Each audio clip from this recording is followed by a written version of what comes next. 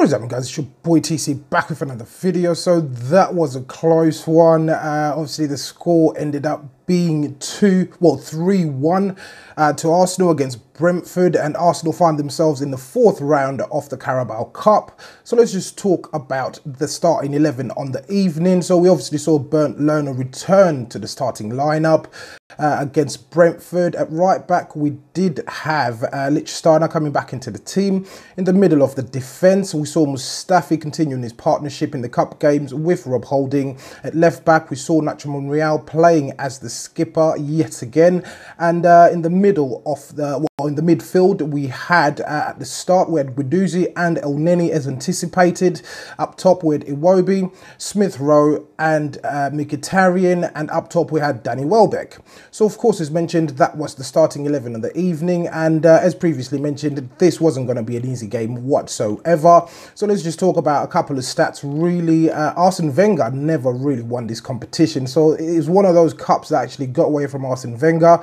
Arsenal last won the League Cup in 1993. Since then, we've found ourselves in 3 finals and we've lost 3 finals within the cup. So obviously, as you may all know, Mike Dean was the referee. He is a diva in himself, and there weren't that many situations really that we saw Mike Dean actually stand out, apart from 3 points that I did make during the game, and that was the Iwobi penalty shout. That definitely was a penalty, but we'll talk about that later on in the video. The foul on Guendouzi, that should have been a card really, and he didn't really give away a card. And Lichtsteiner's yellow card that he found himself getting given within the game, that was a very, very soft yellow card. So those are the talking points in regards to Mike Dean, but let's talk about the game.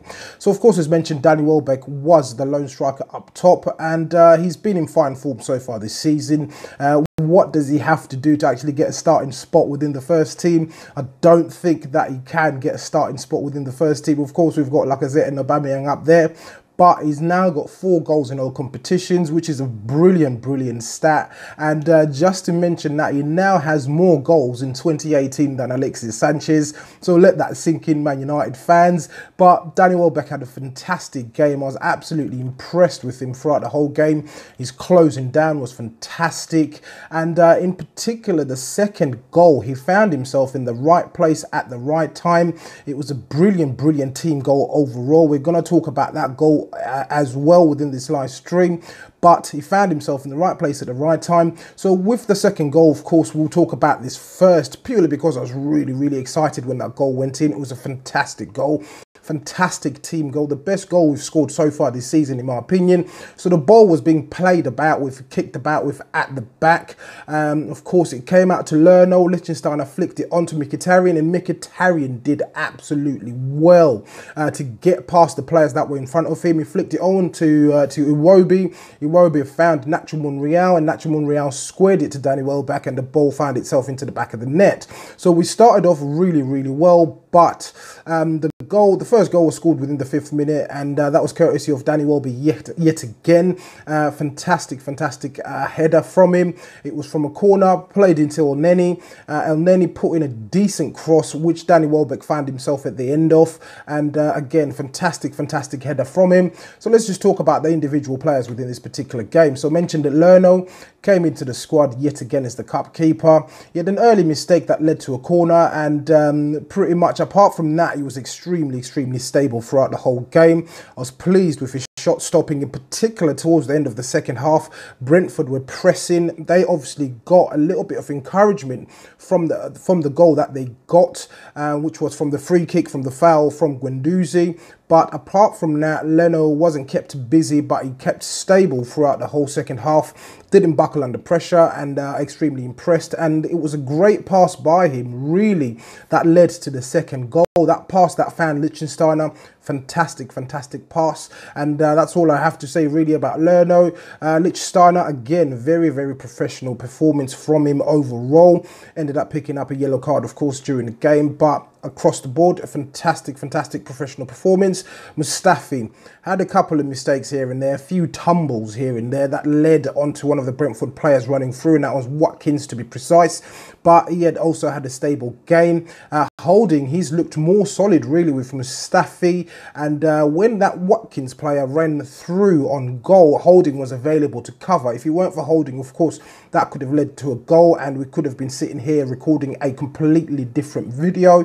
Nacho Monreal, again, brilliant performance from him, provided a great assist for the second goal.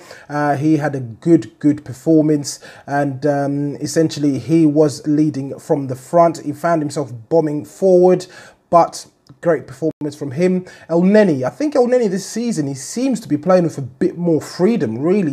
He's finding himself a bit further forward than we've seen him in the previous season under Arsene Wenger. And I think this is due to the introduction of Guendouzi, who sits back quite, well, most of the time, really, Guendouzi sits back.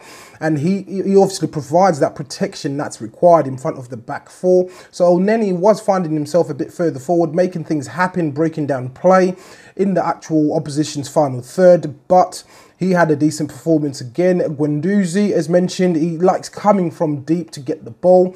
His distribution was fantastic again today. Obviously, he gave away that free kick that led to Brentford's goal, but doesn't really matter now. We've obviously won the game. As I said as well, he was providing great cover for the back four. And if you noticed throughout the whole game, Guendouzi was always, majority of the time, he was always behind Elneny. So I do think that was the instruction that was given by the manager in terms of him providing cover for the back four. But again, fantastic performance from the young Frenchman. As mentioned as well, he did commit that foul that led to the Brentford goal, but doesn't matter. We obviously won the game. Iwobi had a good game for me, and this season we've seen a different Alex Iwobi, in my opinion.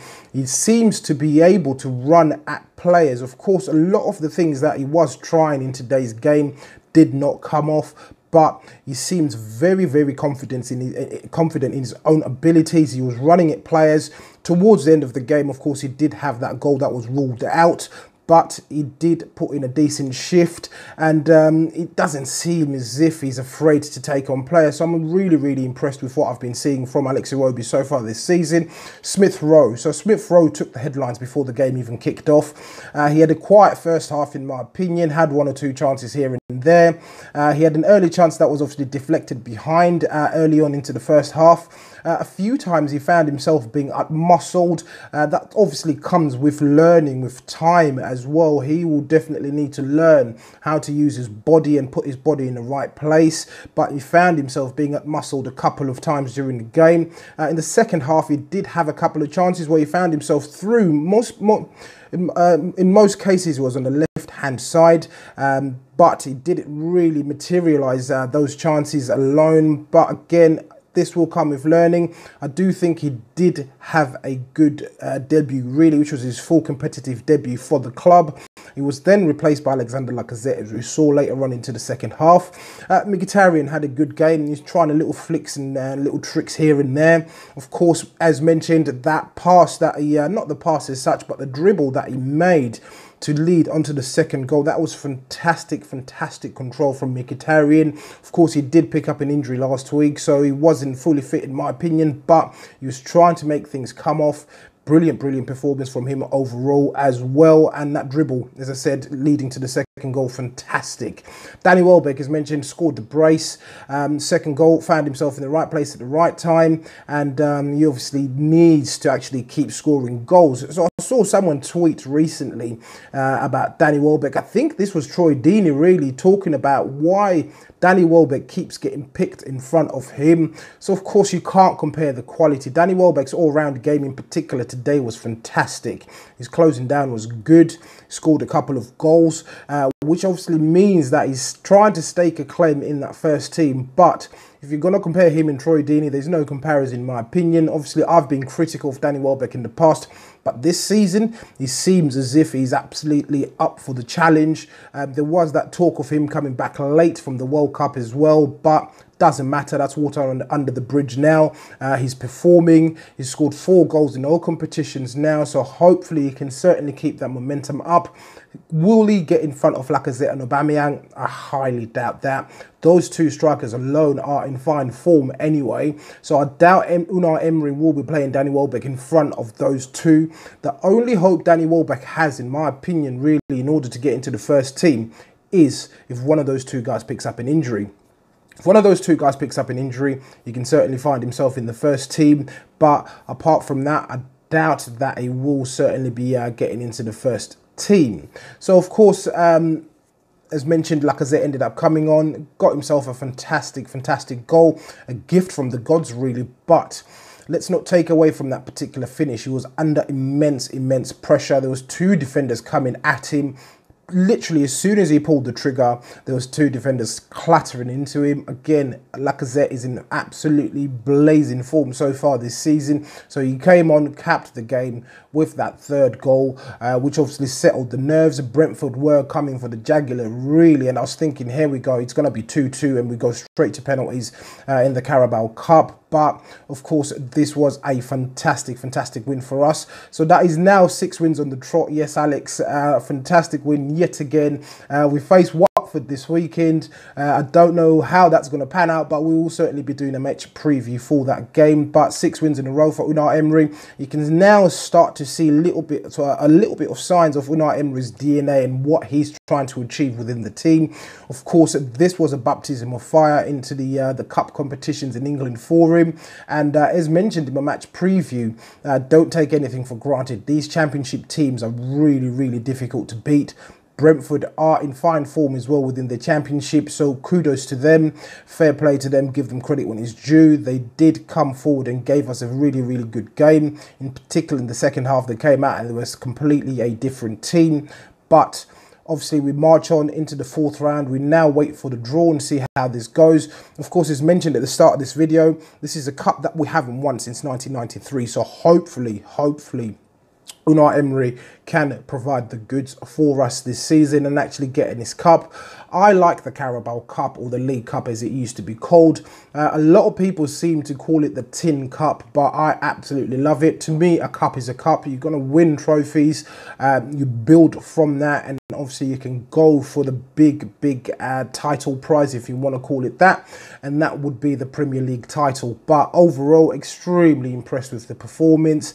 Ended up being a bit late in securing the result, but fantastic performance overall from the team. Happy with the team selection, and we march on to Watford now.